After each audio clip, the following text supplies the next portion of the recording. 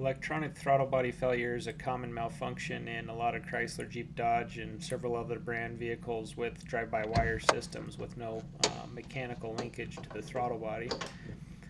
So this one was acting up with all kinds of codes and poor throttle response, lack of power, flashing throttle control warning light. And so that's a pretty good sign that this electric actuator motor on this throttle body is worn out. And so I'm gaining access to the area. It's kind of on the bottom front of the engine, looking at it from the front of the vehicle. So you need to take off the connector to the intake air temperature sensor, loosen up these hose clamps. You'll need a stubby or something short on the bottom one, a short screwdriver or a 5/16 socket. And then when I got in here, I found that this throttle body had been replaced at one point before with the wrong one, and they put in a different pigtail harness to make it work. So go ahead and take off this throttle body to get the right one on there. There's 4 bolts that require a 10mm socket and another bolt over on the transmission for a bracket there. This one didn't have that on it, so I go ahead and pull out the throttle body and take a look at it and compare it to the new one, and they're a little bit different, but mostly the connector is a lot different. And so it's a trip to the junkyard for me to get a new one, and that allowed me to use the factory colors to restore it to factory in the harness here, so I could just match color to color instead of chasing around a wiring diagram.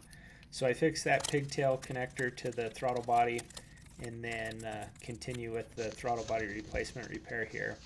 I've taken off the old O-ring gasket there and putting on the new one that came with the throttle body. Push it into place and it holds nicely, and then fish the new one down into there,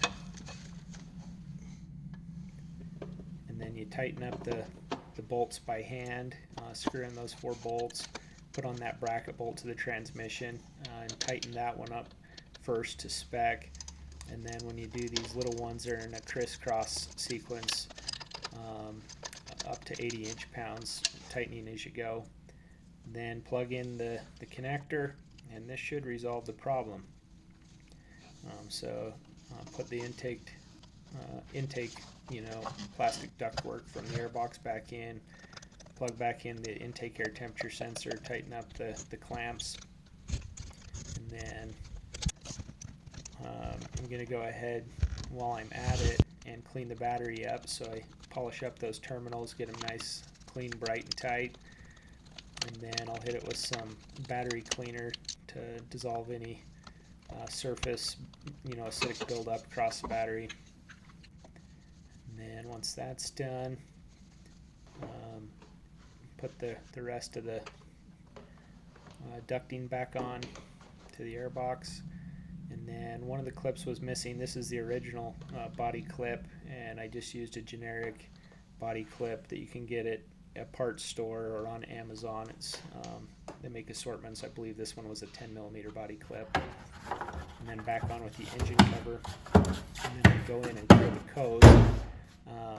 6 of them remained a permanent stored code in the computer, which will reset and clear itself once the engine goes through self-tests and whatnot. But that took care of the throttle response problems, got rid of the lights, and resolved all the issues. I hope you found that useful and that you'll like and subscribe. Thanks for watching.